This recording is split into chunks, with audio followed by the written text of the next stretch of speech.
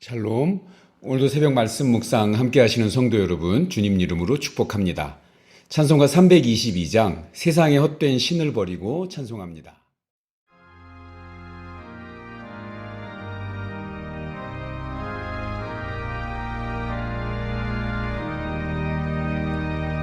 세상에 헛된 신을 버리고 하나님 이름 높여 기리세. 온 천하 백성 모두 나와서 다 같이 하나님만 섬기세. 오늘 나눌 말씀은 출애굽기 8장 25절에서 32절입니다. 바로가 모세와 아론을 불러 이르되 너희는 가서 이 땅에서 너희 하나님께 제사를 드리라. 모세가 이르되 그리함은 부당하니이다. 우리가 우리 하나님 여호와께 제사를 드리는 것은 애굽 사람이 싫어하는 바인즉 우리가 만일 애굽 사람의 목전에서 제사를 드리면 그들이 그것을 미워하여 우리를 돌로 치지 아니하리이까.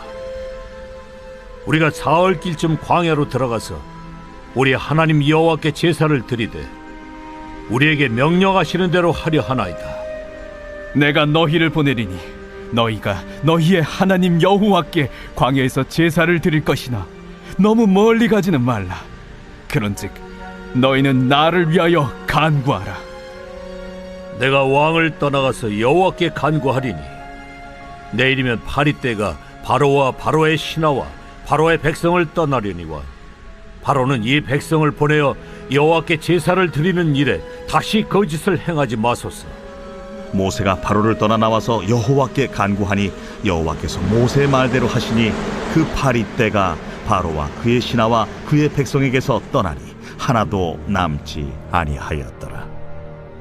그러나 바로가 이때에도 그의 마음을 완강하게 하여 그 백성을 보내지 아니하였더라. 오늘 본문은 애굽의 세 번째 재앙인 이, 그리고 네 번째 재앙인 파리에 대해서 말씀하고 있습니다. 이 두 재앙 역시 각각 애굽 사람들이 믿었던 땅의 신과 이 주술적인 신에 대한 그 무기력함, 또 그들이 보호해주지 못하는 이 애굽의 신들의 무능함을 깨닫게 해주고 참신은 여호와 하나님뿐임을 선포하는 내용입니다. 16절입니다. 여호와께서 모세에게 이르시되 아론에게 명하기를 내 지팡이를 들어 땅에 티끌을 치라 하라. 그것이 애굽 온 땅에 이가 되리라. 하나님은 아론의 지팡이가 땅에 티끌을 칠 때 그 티끌이 애굽 온 땅에서 이가 되어서 사람과 가축에게 오르게 하셨습니다. 하나님이 땅에 티끌로 만드신 이 이는 히브리어 키남인데요. 우리말로는 이라고 번역했지만 영어 성경이나 다른 곳에는 우리 모기 또는 각다귀로 보는 견해가 더 많습니다. 이게 뭐 이든 또는 뭐 각다귀든 모기든 사실 그게 무엇인지는 크게 중요하지 않습니다. 더 중요한 것은 그렇게 잘 산다고 뽐내고 까불던 애굽이 한순간에 그 이나 이 각다귀 같은 곤충 천지가 되어버린 것입니다. 애굽 전역에 이 또는 모기가 사람과 가축에게 잔뜩 달라붙어 있는 모습을 상상해 보십시오. 애굽 사람들이 믿었던 이 땅의 신도 땅의 티끌에서 발생한 이의 재앙을 막지 못했습니다. 우리가 아는 대로 이 애굽을 둘러싸고 있는, 그러니까 지금 이집트의 대부분을 차지하고 있는 우리 모래 사막을 이 애굽 사람들은 셋이라는 이름의 신으로 섬기고 있었습니다. 바로 그 셋에 대한 애굽의 우상에 대한 심판이기도 한 것입니다. 광활한 모래사막이 신비롭고 경이롭게 펼쳐져 있어서 무엇인가 사람이 하지 못하는 능력을 담고 있는 것처럼 보여져서 그것을 신으로 섬긴 것일까요? 하여튼 애굽은 모래사막을 신으로 섬기고 있었고 하나님은 그것은 신이 아니다라고 오히려 그들의 재앙의 원천이 되어버렸다는 것을 세 번째 이 재앙을 통해서 보여주고 계시는 것입니다. 그토록 믿고 살던 것이 재앙의 원천이 되게 하시고 자신이 의지하던 것이 오히려 자신을 괴롭히는 것을 봄으로써 지금까지 자신이 믿던 것들이 다 그 우상이 헛된 것이라는 것을 우리 드러내시는 것이죠. 네 번째 재앙은 파리 재앙입니다. 상상하기도 끔찍한 재앙이죠. 이 네 번째 재앙의 특징이 있는데요. 바로가 모세에게 타협안을 제시하기 시작했다는 것입니다. 이 끔찍한 파리 재앙에 결국 이 바로도 이 파리 재앙은 싫었나 봐요. 마침내 굴복한 바로가 모세와 아론에게 이렇게 말합니다. 25절이죠. 바로가 모세와 아론을 불러 이르되 너희는 가서 이 땅에서 너희 하나님께 제사를 드리라. 마치 선심이나 쓰는 것처럼 너희가 하나님을 섬기되 애국을 벗어나지 말라는 것입니다. 요즘 말로 하면 예수를 믿되 주일에 교회만 가서 예배만 드리고 빨리 돌아와라. 뭐 이러는 거죠. 하나님의 명령은 애굽을 떠나라는 것입니다. 애굽과 다른 삶, 애굽과 다른 생각, 애굽과 다른 삶으로 하나님을 섬기는 것입니다. 애굽을 떠나는 것이 하나님의 뜻입니다. 그러나 바로는 그렇게 하지 말고 여기 애굽에 살면서 애굽 문화 속에서 애굽과 같이 생각하고 애굽의 삶을 추구하면서 그리고 주일이 되면 가서 예배 드리고 오라는 것입니다. 이것은 사탄의 간교한 타협입니다. 하나님은 자기 백성을 애굽에서 이끌어내셔서 완전히 새로운 삶으로 우리를 인도하는 분이지 애굽에서 적당하게 어울려 살면서 한두 번 예배만 드리는 삶으로 부르신 것이 아닙니다. 이런 바로의 제안을 모세가 거절하자 바로는 다시 타협안을 제시하죠. 가기는 가되 너무 멀리 가지 말라는 것입니다. 참으로 교활합니다. 예수를 믿어도 너무 빠지지 말라는 것입니다. 주일 예배만 드리면 되지 무슨 새벽 예배를 드리고 새벽 묵상을 하냐.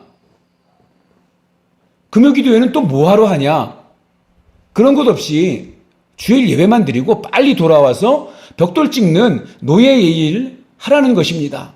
빨리 돌아와서 나의 종으로 계속 살아가라는 것입니다. 어떻게 해야 합니까? 26절입니다. 모세가 이야기하죠. 그리함은 불가하니이다. 그리 못합니다. 우리 하나님은 그런 삶을 원하지 않습니다. 바로 앞에 비굴하지 않습니다. 왜냐하면 이 일이 바로의 뜻에 달린 것이 아니라 하나님께 달려있다는 것을 믿기 때문입니다. 이 애굽의 10가지 재앙 중에서 또 한 가지 파리 재앙부터 나타나는 흥미로운 것 한 가지는 이 파리 재앙부터는 그 재앙이 이스라엘 백성들이 거주하는 고센 땅에는 임하지 않는다는 사실입니다. 그 이유를 22절에 밝히고 있습니다. 그날에 나는 내 백성이 거주하는 고센 땅을 구별하여 그곳에는 파리가 없게 하리니 이로 말미암아 이 땅에서 내가 여호와인 줄을 내가 알게 될 것이라.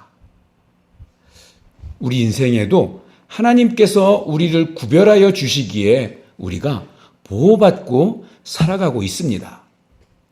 이 시대에 하나님을 대적하고 악을 행하는 사람들과 우리가 같은 공간에서 함께 살아갈지라도 하나님께서는 믿는 우리들을 구별하여 구속하여 주셨고 그리고 보호해 주시고 계십니다.